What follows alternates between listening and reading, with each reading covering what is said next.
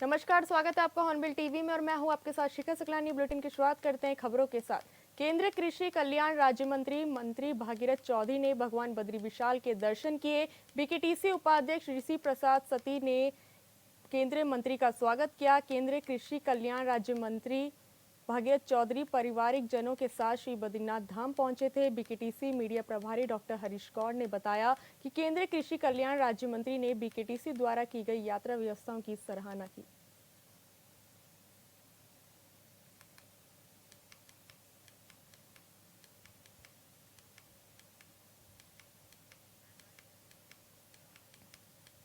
केंद्रीय सड़क परिवहन राज्य मंत्री अल्मोड़ा पहुंचे। इस दौरान उन्होंने पार्टी कार्यकर्ताओं से मुलाकात की। उन्होंने कहा कि मोदी सरकार के 11 साल का कार्यकाल बेमिसाल रहा है। देश के सभी सेक्टर में सतत विकास हुआ है। वहीं उन्होंने कांग्रेस पर पलटवार करते हुए कहा कि कांग्रेस लंबे अरसे तक राज किया, लेकिन विकास के नाम पर देश की जनता को गुमराह किया गया।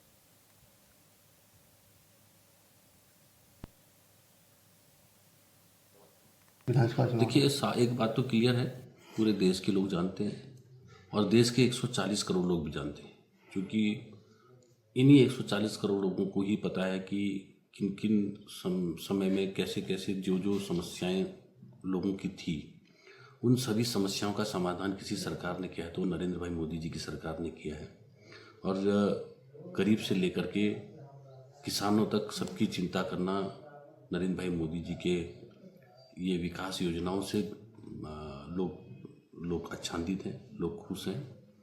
और इसी का परिणाम है कि आज हमारे चाहे वो डेवलपमेंट के सेक्टर हैं और चाहे हमारे इंटरनेशनल हमारी ख्याति है, चाहे हमारी आर्थिक व्यवस्था है, वो अपने आप में अभूतपूर्व है। और ये 11 साल का ही परिणाम है कि जिसके कारण से भारत की छवि पूरे दुनिया के अंदर बहुत अलग निकल के आई है। और जो उससे पहले थी वो छवि भी देश के लोगों ने देखी और समझी है। और मैं इस बात को कह सकता हूँ कि लंबे समय तक सत्ता में रही कांग्रेस अब घबरा गई है, क्योंकि उनको हम जनता की जवाबदेही हो रही है कि भाई तुमने इतने साल राज करके ये सब क्यों नहीं किया। और इसलिए जनता के दबाव में, जनता के प्रभाव में जिस प्रकार का वातावरण बन के आया, तो कांग्रेस को लगता है कि हमारी अब छवि जनता के बीच में साफ हो गई है, भी क्लीन हो गई कि हम लोगों ने कुछ काम नहीं किया। खबर देहरादून से है, जहां आज कांग्रेस महिला मोर्चा की प्रदेश अध्यक्ष ज्योति रौतेला ने राज्य में बढ़ रहे महिला अपराध को लेकर नंदा की चौकी स्थित महिला आयोग कार्यालय में कांग्रेस महिला कार्यकर्ताओं के साथ प्रदर्शन किया। इस दौरान उन्होंने आयोग के अध्यक्ष को ज्ञापन भी सौंपा। उन्होंने कहा कि आज जिस तरह से राज्य में महिलाओं के ऊपर लगातार अपराध के मामले बढ़ रहे हैं, ये बेहद चिंताजनक है।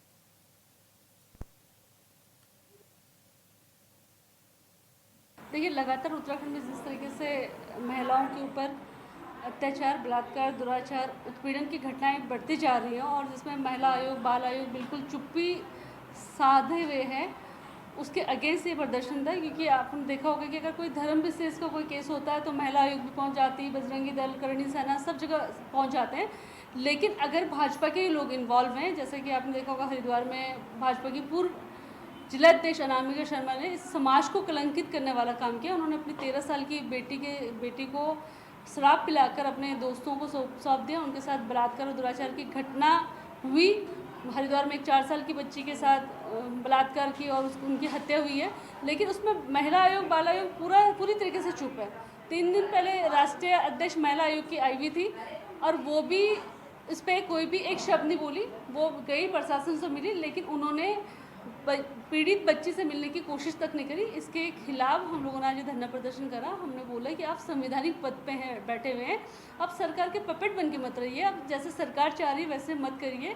आप लोगों को इन पदों पर इसलिए बिठाया गया सरकार द्वारा कि अगर प्रदेश में किसी भी तरीके से महिलाओं के ऊपर, बच्चों के ऊपर अपराध बढ़ते जाए तो उसका आप संज्ञान लें और पीड़ित परिवार से मिलें और उसमें उचित कार्रवाई करें, जो कि न महिला आयोग कर रही, न बाल आयोग कर रही। ये लोग बिल्कुल जैसे भाजपा की सरकार चाह रही वैसे ही इन लोगों का कृत्य है। इसके खिलाफ ये धरना प्रदर्शन था। प्रधानमंत्री नरेंद्र मोदी के 11 साल के कार्यकाल को गंगोत्री विधायक सुरेश चौहान ने ऐतिहासिक कार्यकाल बताया। साथ ही उन्होंने हाल ही में हुई हेली दुर्घटना को लेकर भी कहा कि मुख्यमंत्री इस पर नजर बनाए हुए हैं। इसके लिए जल्द ही एसओपी तैयार की जाएगी। गंगोत्री विधायक सुरेश चौहान जी हमारे साथ मौजूद हैं। चौहान जी, जिस तरह से 11 साल का कार्यकाल प्रधानमंत्री जी ने पूरा किया, किस रूप में आप उसको देख भी रहे हैं और क्या कहेंगे कि 11 साल में कौन सी उपलब्धियां आप मानते भी हैं उत्तराखंड के लिहाज से भी और देश के लिहाज से भी? देखिए, आज 11 साल में कहीं ना कहीं देश का नागरिक माननीय मोदी जी के नेतृत्व में अपने को सम्मान से गौरव वो करता है कि हमारा देश कहीं ना कहीं विश्व की शक्ति के रूप में उभर रहा है। और आज कहीं ना कहीं जो आर्थिक स्थिति बहुत कमज़ोर थी, कहीं ना कहीं हमारे देश की आर्थिक स्थिति मजबूत हुई। हमारे चाहे देश की जो हमारी सीमाएं हैं उनको जो है मजबूत करने का काम माननीय मोदी जी ने किया। मैं बहुत सारी बातें आपसे कहूँगा जिन चीज़ों को लोग कहते कि हो नहीं सकता था। धारा 370 जो ऐतिहासिक काम माननीय मोदी जी ने किया। राम मंदिर का जो वर्षों से जिन तमाम लोगों ने जो है वहाँ पर अपनी जानें गंवाई और एक ही बात कही थी कि राम का मंदिर जो है अयोध्या में कब बनेगा, तो वो उन तमाम लोगों का सपना, पूरे देशवासियों का सपना, और आज जो है भव्य दिव्य राम मंदिर बना। आज देश की जो सड़कें हैं वो देखने लायक हैं कि किस तरह से अच्छी सड़कें, ऑल इधर सड़कें हमारे देश के अंदर बनी। तो देश ने कहीं ना कहीं, चाहे वो आजीविका के उसमें हो, चाहे आर्थिक स्थिति को मजबूत करने के लिए हो, चाहे जो अंतिम छोर का व्यक्ति है उसकी चिंता करते उसको आगे बढ़ाने के लिए हमारे देश के यशस्वी प्रधानमंत्री ने इस 11 साल में देश को कहीं ना कहीं बहुत आगे बढ़ाया। मैं उनका अपने उत्तराखंड की जनता की ओर से, गंगोत्री विधानसभा की जनता से उनका कोटि कोटि आभार व्यक्त करता हूं कि इस तरह के देश के यशस्वी प्रधानमंत्री जिन्होंने जो अभी आप सब जानते थे कि आतंकवाद से हमारा देश किस तरह से घिरा हुआ रहता था, भ्रष्टाचार में हमारा देश किस तरह से लिप्त था, लेकिन 11 साल के अंतर्गत ये सब चीज़ों को दूर करते हुए आज जो है विश्व भी हमारे देश का लोहा मानता है। तो ये हमारे लिए गौरव का क्षण है, गौरव की बात है।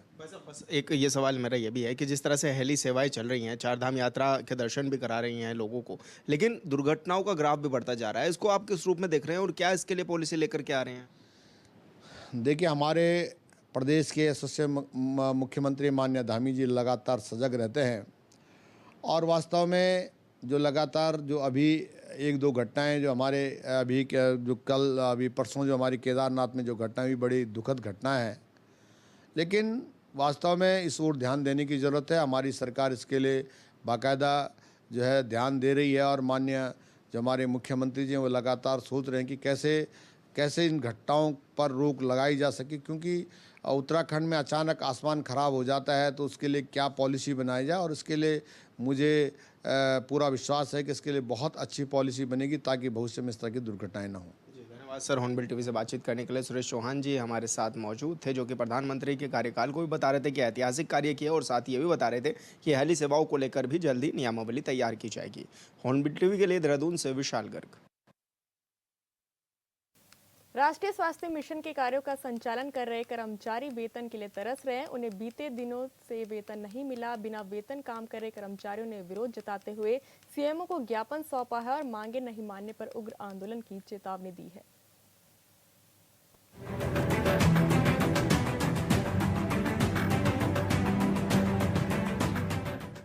उत्तराखंड के चंपावत में राष्ट्रीय स्वास्थ्य मिशन कर्मचारी संगठन ने सीएमओ से मुलाकात कर ज्ञापन सौंपा और कार्य बहिष्कार किया। कर्मचारियों का कहना है कि मौजूदा वित्त वर्ष 2025-26 में एनएचएम के कर्मियों के लिए कोई बजट अब तक मंजूर नहीं किया गया है। इस वजह से चंपावत जिले के 178 एनएचएम कर्मी, 376 आशा वर्कर्स के अलावा 5 डॉक्टरों को अप्रैल से अब तक वेतन नहीं मिला है। समस्त ये एनएचएम के और आउटसोर्स के कर्मचारी हमारे पास आए थे। उन्होंने अपना ज्ञापन दिया है। पूरे जिले में 570 हमारे कर्मचारी हैं, जिसमें आउटसोर्स से लेके एनएचएम के और आशा कार्यकर्ती है, आशा फैसिलिटेटरी सब लोग हैं।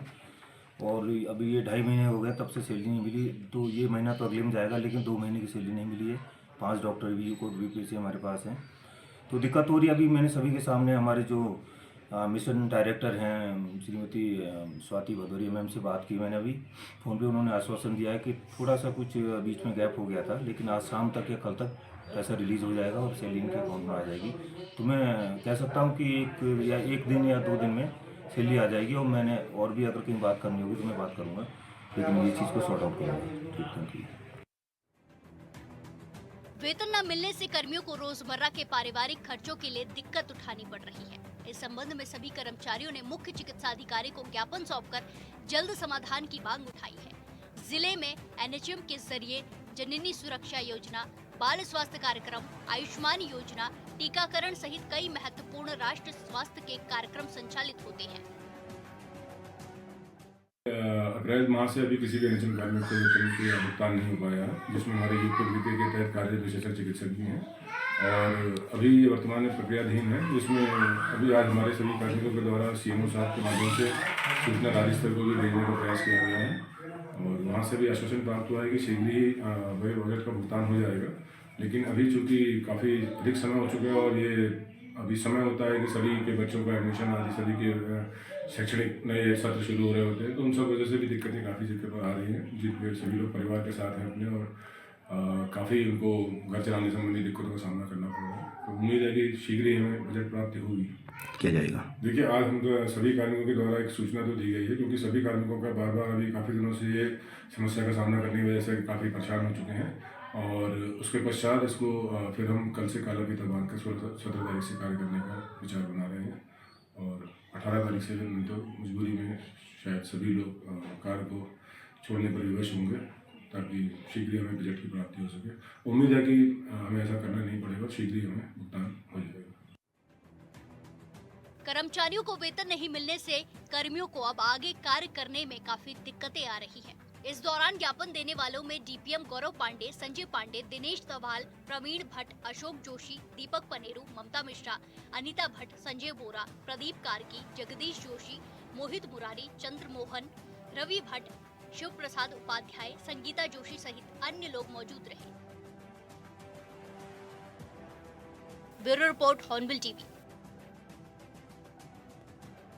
आज के दिन ही 12 साल पहले उत्तराखंड के केदारनाथ में आई आपदा ने देश और दुनिया को हिलाकर रख दिया था। हजारों लोगों की मौत, हजारों भवनों का विनाश और केदारनाथ घाटी में चारों तरफ मची चीख पुकार की गूंज और भारी बारिश के बीच रेस्क्यू ऑपरेशन को याद कर आज भी डर लगता है। जिन्होंने वो मंजर देखा और शायद वो कभी जीवन में उस घटना को भुला नहीं पाएंगे। सवाल है कि 2013 की आपदा से सबक लेते हुए हम कितने गंभीर हुए हैं।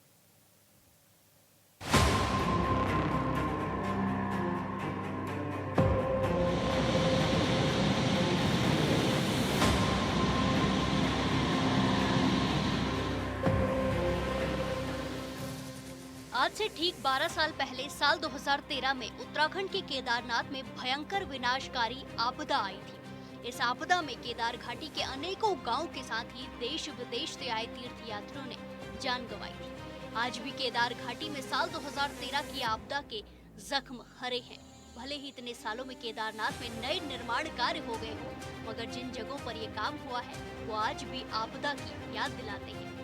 देखिए, बहुत ही ये उत्तराखंड के इतिहास में पूरे देश के लिए एक बहुत बड़ी आपदा थी, जिसमें हज़ारों लोगों को अपनी जान गंवानी पड़ी। लेकिन तब भी कांग्रेस की सरकार थी, उनके लापरवाही के कारण कई लोग हताहत हुए। लेकिन जो आज की जो स्थिति है, क्योंकि हमारा राज्य विषम भौगोलिक परिस्थिति का राज्य है और यहाँ मौसम के कारण कई दिक्कतें आम व्यक्ति को उसकी समस्या का सामना करना पड़ता है। आपदा की अन्य की बात करें या हेलीकॉप्टर की करें, कहीं ना कहीं मौसम और भौगोलिक स्थिति जो हमारे प्रदेश की है उसका कारण बनती है। लेकिन आदरणीय मुख्यमंत्री ने ये हेलीकॉप्टर जो दुर्घटनाएं हुई हैं उनको बहुत गंभीरता के साथ लिया है और सभी अधिकारियों को इसके किसी भी प्रकार की कोताही बरतने वालों के खिलाफ सख्त से सख्त कार्रवाई करने के निर्देश दिए गए हैं। साथ ही हेलीकॉप्टर ऑपरेटर जो कंपनियाँ हैं उनको भी सख्ती से निर्देश दिए गए हैं। सरकारी आंकड़ों के मुताबिक केदारनाथ आपदा 2013 में 4400 से अधिक लोग मारे गए। आपदा के बीच 4200 से ज्यादा गांवों का संपर्क पूरी तरह से टूट गया था। 991 स्थानीय लोग अलग अलग जगहों पर मारे गए।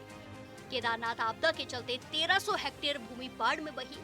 केदार घाटी में आपदा के कारण 2141 भवन ध्वस्त हुए। चोराबाड़ी ग्लेशियर के टूटने के बाद आई बाढ़ में जो भी सामने आया वो ताश के पत्तों की तरह बह गया। लेकिन एक बड़ी चट्टान मंदिर के ठीक पहले रुक गई, जिसे आज भी भीमशिला कहा जाता है। लोगों का मानना है कि इसी पत्थर की वजह से मंदिर को नुकसान नहीं पहुंचा। 2013 15/16 और 16/17 जून की जो रात्रि थी ये विनाशकारी लीला जो पूरे उत्तराखंड में लगभग 35,000 वर्ग किलोमीटर में आपदा आई थी, जिसको हम केदारनाथ आपदा के रूप में भी जानते हैं। केदारनाथ आपदा के नाम से इसलिए इसको जाना गया क्योंकि केदारनाथ में सबसे ज़्यादा कैजुअलिटीज़ हुई थी, लेकिन उस आपदा से पूरे राज्य का 35,000 वर्ग किलोमीटर क्षेत्र प्रभावित हुआ था। यमुनोत्री, गंगोत्री, केदारनाथ, बद्रीनाथ, हरिद्वार तक, तराई के इलाके तक सारी नदियां उफान पर थी। अनेक जगह बादल फटे। 15 तारीख, 16 तारीख, 17 तारीख, ये 3 दिन ऐसे भारी थे 2013 के जून के महीने के, जैसे महाकाल ने पूरे राज्य को अपने शिकंजे में जकड़ लिया। हजारों लोगों की जान गई, बहुत बड़ी जान माल की हानि हुई, पूरा देश हिल गया, क्योंकि यात्रा उस समय अपने क्लाइमेक्स पे थी, उरूज पे थी। और उस क्लाइमेक्स की यात्रा में जिस समय केदारनाथ में हजारों लोग उस समय रुके हुए थे, और रात्रि में, अर्धरात्रि में जब ये तांडव शुरू हुआ, उसको हम कभी भूल नहीं सकते। सवाल ये नहीं है कि उस आपदा में कितने लोगों की जानें गई थी। 12 साल बाद आज सवाल ये है कि आपदा के बाद हम कितने गंभीर हुए हैं। केदारनाथ क्षेत्र में भारी निर्माण कुछ विशेषज्ञों के लिए आज भी एक मुद्दा है। जानकार इस बात पर जोर देते हैं कि प्रबंधन विभाग के एक स्वायत्त संस्थान आपदा न्यूनीकरण और प्रबंधन केंद्र के 2014 के एक अध्ययन में केदारनाथ क्षेत्र में भारी निर्माण के खिलाफ स्पष्ट रूप से चेतावनी दी गई थी, लेकिन आज भी केदार घाटी में भारी निर्माण हो रहा है। आज 2013 के बाद 2025 में 12 साल बाद जब हम उस आपदा को याद कर रहे हैं, सवाल ये है कि हम केवल श्रद्धांजलि देकर के उन लोगों को जिनकी जान गई आज इतिश्री कर लें, या पीछे मुड़ के देखें कि हमने इन 12 वर्षों में उस आपदा से क्या सीखा। उन 12 वर्षों में आपदा के क्षेत्र में क्या हुआ। उत्तराखंड पूरे देश का पहला राज्य है जिसमें आपदा प्रबंधन का अलग से मंत्रालय है। और आज 12 वर्ष बाद 2013 की केदारनाथ आपदा के बाद जब हम आपदाओं के बारे में जिक्र करते हैं, तो उसके बाद 2013 के बाद आपने देखा कि कई बार, अनेक बार केदार घाटी में रहो, यमुनोत्री जी में रहो, बद्रीनाथ जी में रहो, जोशीमठ में रहो, अनेक आपदाएं छोटी बड़ी उसके बाद भी आई। लेकिन आपदा से लड़ने का जो तंत्र विकसित होना चाहिए था, वो मैं समझता हूँ कहीं ना कहीं मिसिंग है। विशेषज्ञ कहते हैं कि केदार घाटी गंभीर भूकंप संभावित क्षेत्र है। जहां केदारनाथ स्थित है वो सदियों से लुढ़कने वाली बड़ी चट्टानों और पत्थरों से बना है। ऐसे में उस घाटी का आधार स्थिर चट्टानों का नहीं है और भूकंप की स्थिति में ये चट्टानें हिल जाएंगी, जिससे ऊपर के सुपर स्ट्रक्चर ढहने के लिहाज से बेहद नाजुक हो जाएंगे। ऐसे में उस क्षेत्र में भारी निर्माण पर कई सवाल हैं। कुछ विशेषज्ञ तो ये भी कहते हैं कि केदारनाथ में स्थिर आबादी को कम किया जाए, यहाँ आने वाले लोगों को मंदिर दर्शन के तुरंत बाद वापस लौटने के लिए प्रोत्साहित किया जाए। दैनिक आधार पर केदारनाथ जाने वाले लोगों की संख्या को सीमित करने की आवश्यकता है। Bureau report, Hornbill TV.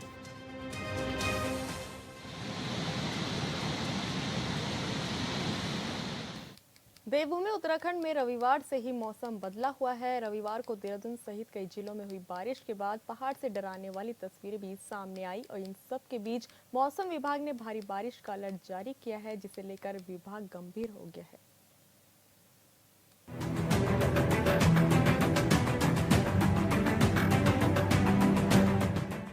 Uttarakhand में देहरादून समेत पहाड़ी जिलों में जमकर बारिश हुई। केदारनाथ धाम में सोनप्रयाग से केदारनाथ जाने वाला पैदल मार्ग जंगल चट्टी के पास बाधित हो गया, जिसके बाद कुछ समय के लिए यात्रा को रोकना पड़ा। वहीं मौसम विभाग ने एक बार फिर से रुद्रप्रयाग समेत कई जिलों में भारी बारिश का येलो अलर्ट जारी किया है। देखिए, पिछले जो 24 आवर्स उसमें अच्छी बारिश मिली है हमारे को, और ज़्यादातर जगहों पे मिली है। साथ में हैवी रेंस भी का दुक्का वो भी मिली है, खासकर देहरादून डिस्ट्रिक्ट में जो है। और इंटेंस एक्टिविटी भी जो थोड़े ही समय में 5 सेंटीमीटर 4 सेंटीमीटर रेन इस तरह का तो देहरादून में भी देखा गया है, 1-2 डिस्ट्रिक्ट और में भी उसमें भी देखा गया है। तो एक्टिविटी मिली है, अच्छी एक्टिविटी मिली है जो पास्ट 24 आवर्स है। और आज और कल भी देखेंगे 16 और 17 को भी, तो पूरे प्रदेश में मैं कहूँगा अनेक जगह में जो बारिश मिलेगी।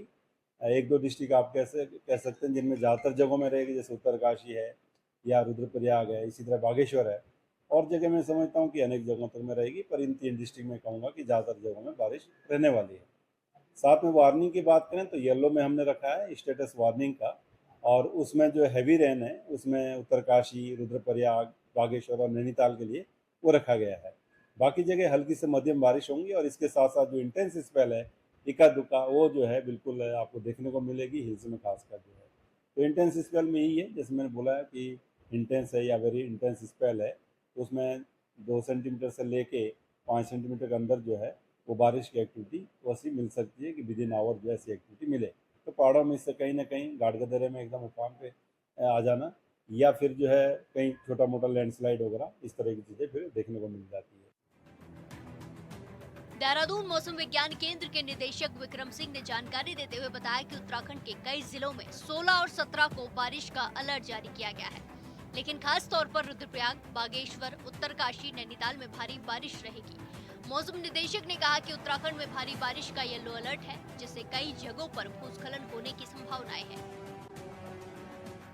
जो लोग आवागमन करें वो थोड़ा धैर्य रखें, जब ऐसी एक्टिविटी है तो थोड़ी देर इंतजार करें सेफ जगह पे, गाढ़ गदेरों के आसपास खड़े ना हो, और फिर उसके बाद अपनी जर्नी वो कर सकते हैं। तो हमने वॉच में रखा है जो भी अलर्ट है, तो इसके लिए विशेषकर वो है ही है। और आज और कल एक्टिविटी करीब करीब इसी तरह की रहने वाली है, दोनों दिन ही जो है। 18 में अभी थोड़ा सा कम दिख रहा है, पर फिर भी मैं कहूँगा कुमाऊं रीजन में तो एक्टिविटी मिल जाएगी, लाइट मॉडरेट तो मिलेंगी, या इंटेंस स्पेल भी एक आध वो बिल्कुल मिलेंगी। इसके बाद जब आप 19-20 को जा रहे हैं तो फिर और भी एक्टिविटी वापस बढ़नी शुरू हो जाएगी, तो उसमें खासकर जो मिड हिल्स वाले हैं या प्लेन्स वाले डिस्ट्रिक्ट हैं उनमें ज़्यादा दिख रही है, अंदर में थोड़ी एक्टिविटी कम होंगी। तो इस तरह का स्थिति है, बिल्कुल लगातार बारिश में कहूँगा कि पूरे वीक ही जो है वो मिलने वाली है, हल्की से मध्यम जो है अनेक जगहों तक में। और 19-20 में तो उसका जो खासकर कुमाऊं रीजन है वहाँ और भी ज़्यादा बढ़ती हुई दिख रही है, तो ज़्यादातर जगहों में वहाँ पे हिल्स में खासकर वो मिलनी चाहिए। जारी अलर्ट को लेकर मौसम निदेशक ने पहाड़ी जिलों में रहने वाले लोगों से अपील की है कि गाढ़ गदेरों और नदी नालों से दूर रहने की बात कही गई है। मौसम विभाग का कहना है कि भारी बारिश के बाद गाढ़ गदेरों और नदी नालों में अचानक से जलस्तर बढ़ जाता है, लिहाजा जरूरी है कि लोग अलर्ट रहें। साथ ही लगातार बारिश की वजह से पहाड़ में भूस्खलन का डर भी होता है। Bureau report, Hornbill TV. फिलहाल इस बुलेटिन में इतना ही। आप देखते रहिए हॉर्नबिल टीवी। नमस्कार।